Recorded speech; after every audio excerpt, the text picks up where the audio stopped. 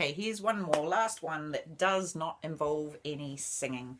Again, it does involve the big red mat, and it's an excellent time burner, this one, because you're going to break it down into two parts. The first part is you're going to introduce the kids to the monkey rail and teach them how to climb safely as well as they can by themselves up onto the wall. With babies, obviously, this is more challenging, but with toddlers, a lot of them you will find have the skill and the body strength to be able to climb up onto the wall by themselves.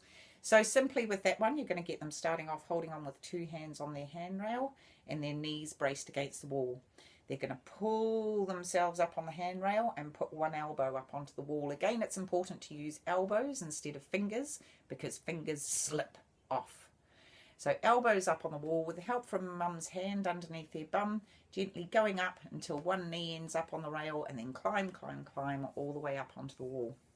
Meanwhile, you've got the big red mat set up again with the same precautions of never, ever, ever going under the big red mat.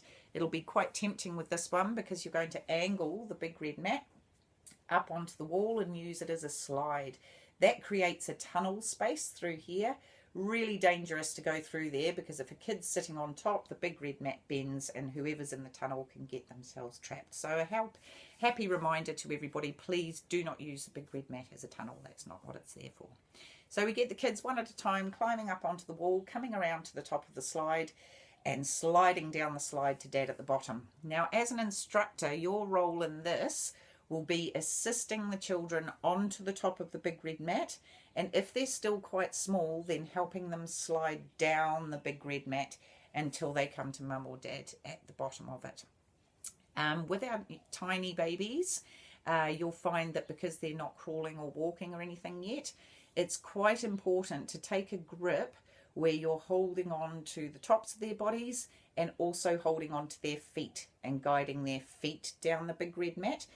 If you don't guide their feet, there is a rather uncomfortable looking thing that can happen is that one of the legs will get left behind. It sounds awful. So just hang on to their feet and make sure that their entire body makes it down the slide all in one go. This is a nice one because, again, like I said, all the kids love it. It takes up a little bit of time and there's no singing involved.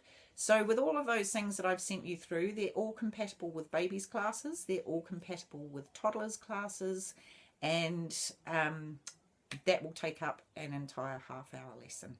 Alrighty, thanks.